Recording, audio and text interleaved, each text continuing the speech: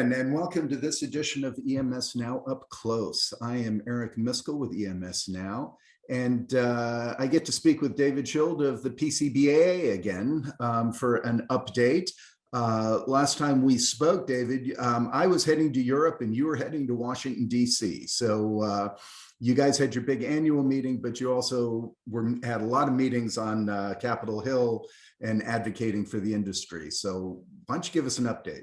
I think we both had productive trips. I was in Washington, D.C. in the sweltering heat of summer, but it's a hot issue, and that's why we were there. Our annual meeting really is a chance for our members to come together and do two things: hear from the experts on the state of play regarding microelectronics policy, and also lobby directly on behalf of our bill. So let me start with what we heard from the experts. We had officials from the Department of Defense, officials from the Department of Commerce, Capitol Hill staffers, representatives from the House, U.S. senators. And we heard a lot of the same things. The first is the experts understand there is a problem. Absolutely, there's a recognition that the contraction of microelectronics manufacturing in the United States over the last 3 decades is risky, it's unacceptable, and we have to do something about it. There was an understanding that the CHIPS Act, while very productive, while very important, is a down payment. Chips don't float is a key phrase that's starting to resonate inside the Beltway.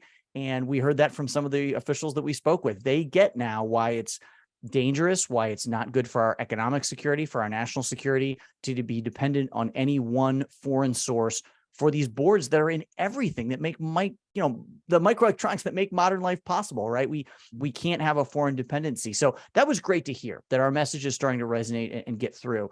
We also heard that it's a challenging time in Washington for spending. Right. And I think I owe it to your audience and to all of our members to play straight about the fact that while it was very advantageous that the CHIPS Act passed and was well funded, that money is starting to be dispersed by Secretary Raimondo and her team.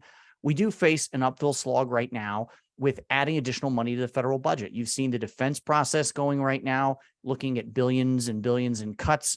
You've seen fights over the debt ceiling. You've seen fights over the budget. And so, while we're only asking for a relatively small amount of money compared to CHIPS, $3 billion and a 25% tax credit, there is certainly a large political faction on the Hill that wants to, count every dollar very carefully.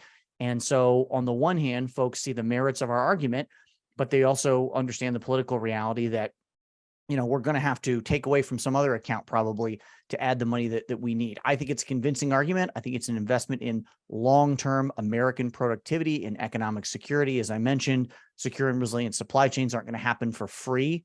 We've got to have policies and we've got to put our money where our mouth is. But, we heard about the uphill environment that lays ahead, and I don't think any of our folks were deterred. Good. Yeah, no, I saw some good coverage coming out from the activities out there.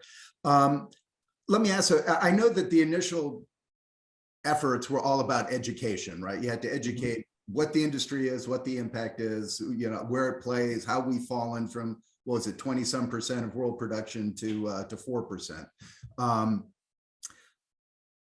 It sounds like the education that and those initial efforts have bared fruit, because now you have some legislation coming out of that. You're clearly bipartisan support too. And I think that's an important factor here. Yeah, absolutely. I would say that the educate, advocate, legislate mission of the PCBAA is one that will lead to success. I'm not skeptical of that. I think that the education part is not done. As thrilled as I am to have a Democrat, Anna Eshoo from California, and a Republican, Blake Moore from Utah, co-sponsoring the PCBs Act, and we're seeing co-sponsors now come in from both sides of the aisle, from states like New York, from states like Illinois, there is still a little bit of a hill to climb when it comes to the education part of this. When you walk in and you hold up a circuit board inside some of these offices, there's not that immediate flash of recognition saying, oh my gosh, this is what makes banking, green technology, the space program, everything in our national defense, all the devices I carry around every day. PCBs make it possible. That's something you and I know. I don't think it's something every Hill staffer knows, every member of Congress knows. So we're going to keep educating, but the fact that we have a bill is tremendous progress. This is the second version. We made some improvements in the definition of PCBs. And of course, we expanded it to include substrates. I don't want to leave out our friends and our members in the advanced packaging and substrate space, because of course, it's a technology stack. Semiconductors mated with advanced packaging and IC substrates on top of next generation circuit boards. That's what produces all the technology we depend on. And so you said it. We used to make 30% of boards in America. It's down now to closer to 4%. We have about 1% of the substrate market here in America. We're almost entirely dependent on foreign work there. And of course, the chips folks, when they hit the panic button, when they said we need our $52 billion, they were at 13% of market share. So all of the components of the stack are in an unacceptably risky place. And we've got to fix every component so that it's an ecosystem approach and not one piece of technology. Yeah, and that's what I like is as this advance and your initiative has grown, that the focus really is on that whole microelectronic supply chain rather than just, you know, the chip, like we said. Sure. A necessary first place. And I saw in one of your the announcement that came out today, but with the 3 takeaways from your meeting, it referenced that that initial 52 billion allocated has led to more than 400 billion in private investment. So it's clearly bared fruit, and we're hoping that the same will happen with the PCBs, right? I'm very confident. You know, I say that private money follows public action. When you see a demand signal initiated by the government, why did $400 billion come off the sidelines for semiconductor factories in places like Texas, Arizona, Illinois, Ohio? It's because people said, okay, the biggest spender in the world, the biggest customer in the world, Uncle Sam, is going to step up, right? They see the leadership from the president and Secretary Raimondo. They see bipartisan support for this legislation. While we're only talking about 3 billion, I say only 3 billion, like I'm a real Washington insider, we understand that there are boards of directors, there are CEOs inside of the PCB industry right now waiting for that signal. They're going to get their money off the sidelines when the business case is there and when the demand signal is there. And that's why the commercial market is so critical to all of the defense national security applications. We're meeting the needs of the DoD, but just like space launch, just like military engines, we've got to have a healthy commercial sector to support a healthy defense sector. That's where a demand signal comes in, because think about it, Eric, if you're buying boards, a 25% tax credit makes American boards competitive right off the bat. And that is a reason for anybody, whether they're in West Chicago or suburban Phoenix, to say it's time to hire that next worker. It's time to start that next training program. It's time to break ground on that next facility. That demand signal is so powerful, and it starts with government action. Yeah, and that's why I really liked what the act does beyond the 3 billion, which you're right doesn't sound like that big when compared to the 400 or others, is that 25% tax credit, right? Because that really relies on that commercial demand signal to really send that market. So, you know, whoever thought that up I think was certainly, you know, brilliant in doing that, because that really helped. I probably avoided some resistance that you might have received. Yeah, you look at the criticism of the CHIPS Act, and, you know, people threw around terms like corporate welfare and bailout, and certainly our members are not at the scale that some of the semiconductor companies are in terms of market capitalization or revenue. But our guys have been doing this for more than half a century here in the United States. They have faced a severe contraction. And yes, the immediate grants and funding that we would anticipate through the Department of Commerce or the Department of Defense, they would be put to use immediately, for sure. What my guys and gals want to be able to say to their customers is, you're looking to reshore. I mean, what are you hearing out of Apple? What are you hearing out of Ford? What are you hearing out of the biggest companies in the world right now? We want to diversify our supply chains. We want to do more things in North America, closer to home, closer to our factories, closer to our customers. That's what a secure and resilient supply chain looks like. We're giving them the excuse. This tax credit solves for that problem. You want to do more in America? This is the tool that lets you do it. So where does it stand currently? Where is the PC? I mean, what is the current status? What's ahead? Sure. So right now we're gathering co-sponsors. As I said, what we're doing every week is meeting with more and more members of the House of Representatives to ask them to sign on to our bill. It's been referred to several committees of jurisdiction, which will lead to hearings and testimony and study of the issue itself. And then we've got to figure out going forward if we can generate enough support for one of those committees to move it forward out towards, you know, an eventual floor vote, out towards eventual passage. I also shouldn't dismiss the importance of a Senate companion bill. You know, we've seen really good statements from folks like Senator Coons, Senator Young, Senator Cornyn, Senator Kelly, Senator Schumer about the importance of microelectronics, about the importance of reshoring, about the importance of American global competitiveness.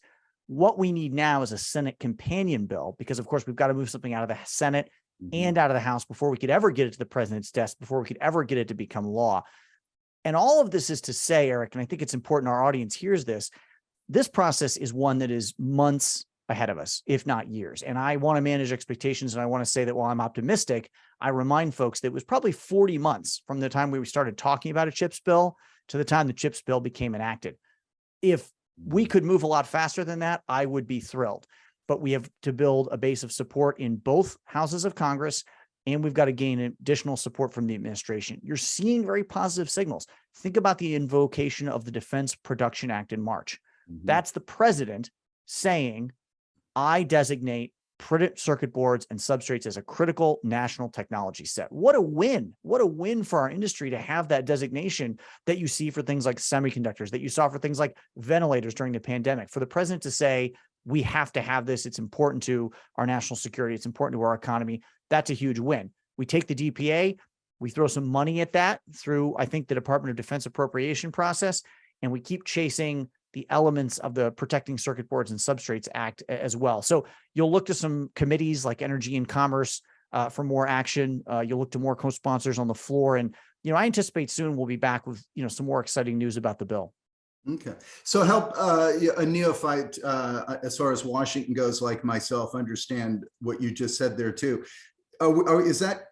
Are you talking then specifically, and I saw that where the presidential determination came out, is that separate from the National Defense Authorization that was passed? Yeah, I'm glad you brought this up. The Defense Production Act is essentially a hunting license, but now we've got to put bullets in the gun and go hunting. So what we've done with the DPA is we've cut a lot of red tape out of the system. We've eliminated a lot of the rules and strictures that exist for federal purchasing. Now we've got to fund that, right? The rules have been relaxed for us to move faster. What we are doing now jointly with IPC is asking for a $100 million addition to the appropriations bill for the Defense Department that DoD could then go and spend on prototyping, research and development, emerging technologies. And of course, the Department of Defense is one of the biggest consumers of next generation boards. They go into every critical defense system you can think about. That's one pursuit. The $3 billion in the PCBs Act is separate. And I'm glad you brought up the National Defense Authorization Act, because that's yet another separate legislative priority. That's a policy focus. And it's honestly, Eric, the reason that PCBAA was founded. Back in 2021, we identified within the DoD supply chains a lot of commercial off-the-shelf technology in the microelectronic space coming onto critical systems that in fact did not have American-made printed circuit boards and substrates. We saw that. And of course, there's this thing called ITAR that says if it's going to go on a weapons system, it's going to go on a defense system, we got to make it in America, we got to make it a trusted factory. Well, you can kind of get under that fence, not that anyone's trying to do it, but almost by accident when you look at this commercial off-the-shelf technology. So what we did inside the NDAA, and that's a policy bill, it tells the Pentagon how to operate and what to do. It doesn't give them any money. That's the Defense Appropriations Bill. What we said inside the NDAA in 2021, in 2022, and now again in 2023, is that by 2027, we're giving them some time to get this done, you've got to have a process to secure and vouch for your microelectronics supply chain so that we know we're not looking at boards and substrates from some of these adversarial countries, making it on to the platforms, the products, the systems that our men and women in uniform depend on.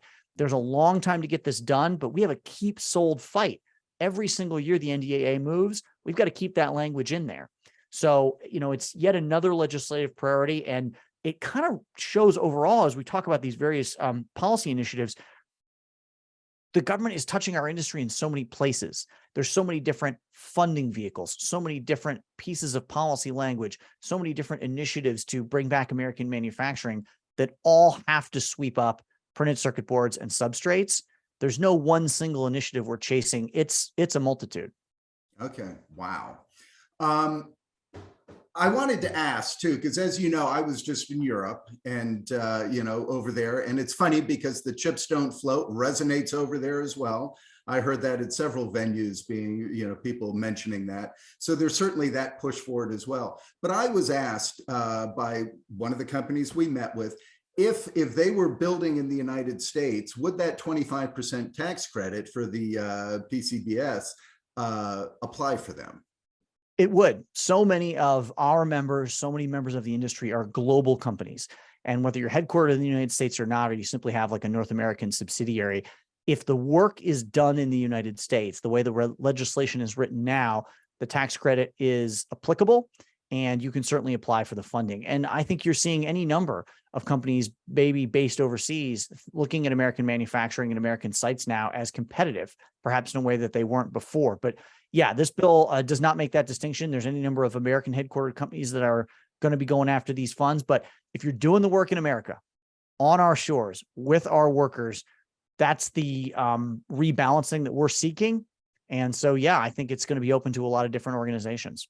Yeah, and that's interesting because I do know from having spent time with these companies, they are watching the initiatives and what's happening over here, and they do see that, and they're learning from that and borrowing from that to start to advocate. And I know the IPC is involved in that well. Of they're going to Brussels and advocating for similar type of, they have their own CHIPS Act, but also for the PCB, they've gone where we're down to 4%, they dropped to 2%, right? Sure. So there's this big realization of the risk that's now inherent in that, and saying, listen, we don't have a domestic supply chain that could build critical electronics, right? And that's a problem.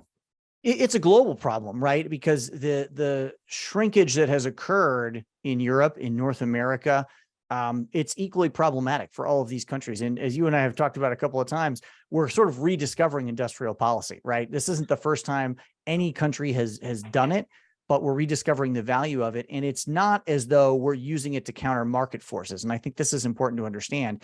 Every government for years has been sort of putting their hands on the scale, subsidizing labor, subsidizing construction, subsidizing land, favoring certain industries that they wanted to own, that they wanted to develop, technology sets that government said it's important that we have a leading role here. I don't begrudge any government for doing that, but the U.S. is not simply countering pure market forces. When you look at the concentrations of manufacturing around the world, a lot of it ties back to government action. And so for us and the Europeans, I think it's a little bit of catch up.